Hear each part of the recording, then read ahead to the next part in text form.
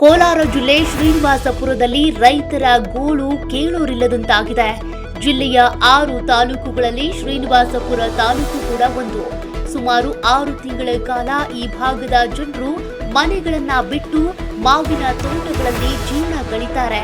ಆದ್ರೆ ಮಳೆ ಇಲ್ಲದ ಕಾರಣ ಮಾವಿನ ಗಿಡಗಳಲ್ಲಿ ಚಿಗುರು ಹೂವು ಎಲ್ಲ ಉದುರುವಂತಹ ಪರಿಸ್ಥಿತಿ ಉಂಟಾಗಿದೆ.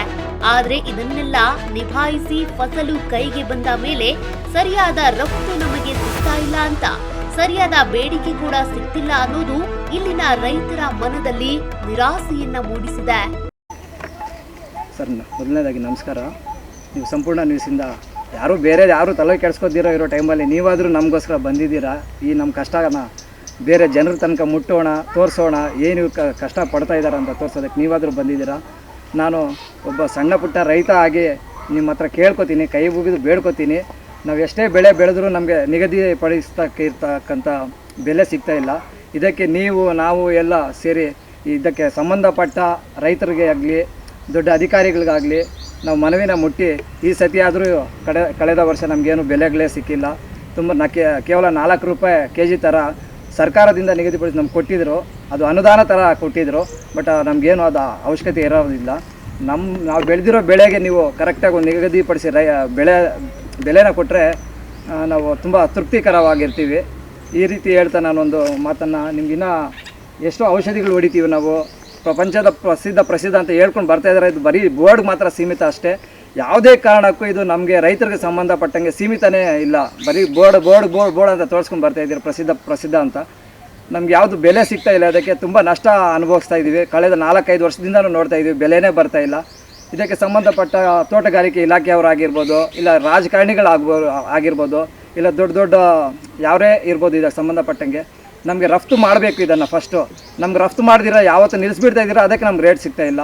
ಇದನ್ನು ರಫ್ತು ಮಾಡೋ ಥರ ಪ್ರತಿಯೊಬ್ಬರು ನಾವು ನೋಡಿಕೊಂಡು ಅನುಕೂಲ ಮಾಡಿಕೊಡಿ ನಮ್ಗೆ ರೈತರಿಗೆ, ಸಾಕು. ಇದನ್ನೇ ನಾವು ಕೇಳ್ಕೊತೀವಿ ನಿಮಗೆ.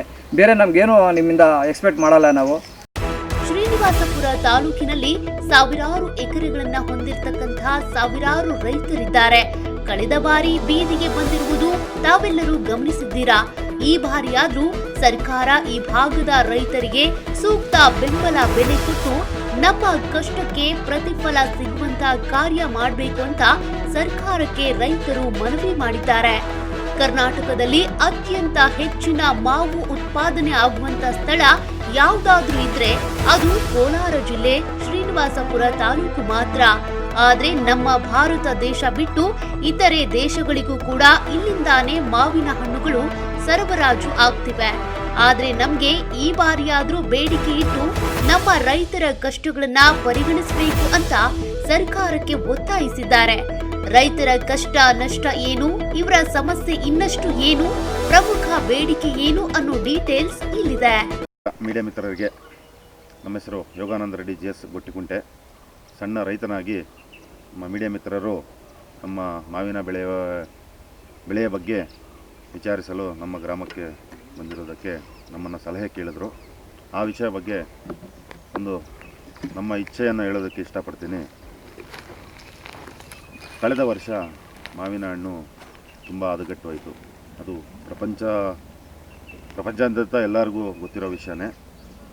ಬಟ್ ಒಂದು ವಿಷಯ, ಶ್ರೀನಿವಾಸಪುರ ತಾಲೂಕು ಪ್ರಪಂಚ ಪ್ರಸಿದ್ಧ ಮಾವಿನ ಹಣ್ಣು ಎಂದು ಹೆಸರುವಾಸಿಯಾಗಿರುವುದು ಸುಮಾರು ವರ್ಷಗಳಿಂದ ನಮಗೆ ತಿಳಿದು ಬಂದಿರೋ ವಿಷಯ.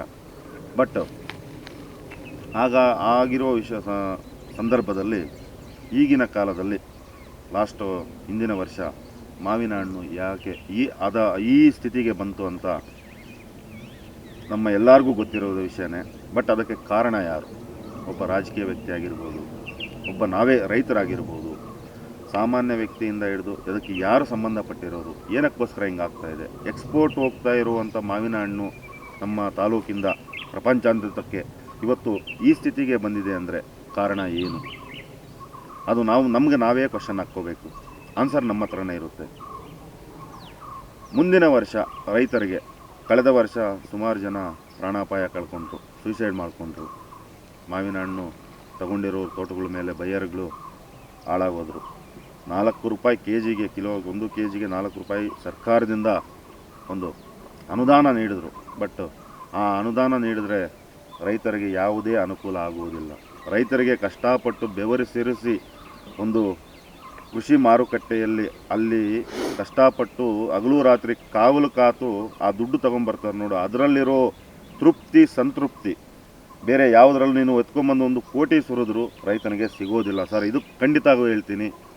ನಾನೊಬ್ಬ ರೈತನ ಮಗನಾಗಿ ಭೂಮಿಯಲ್ಲಿ ಹುಟ್ಟು ಬೆವರಲ್ಲಿ ನಾನು ನೆನೆದು ಈ ನನಗೆ ಅನುಭವ ಆಗಿರೋದ್ರಿಂದ ನಾವು ಒಂದು ವಿಷಯ ಹೇಳ್ತಾ ಇದ್ದೀನಿ.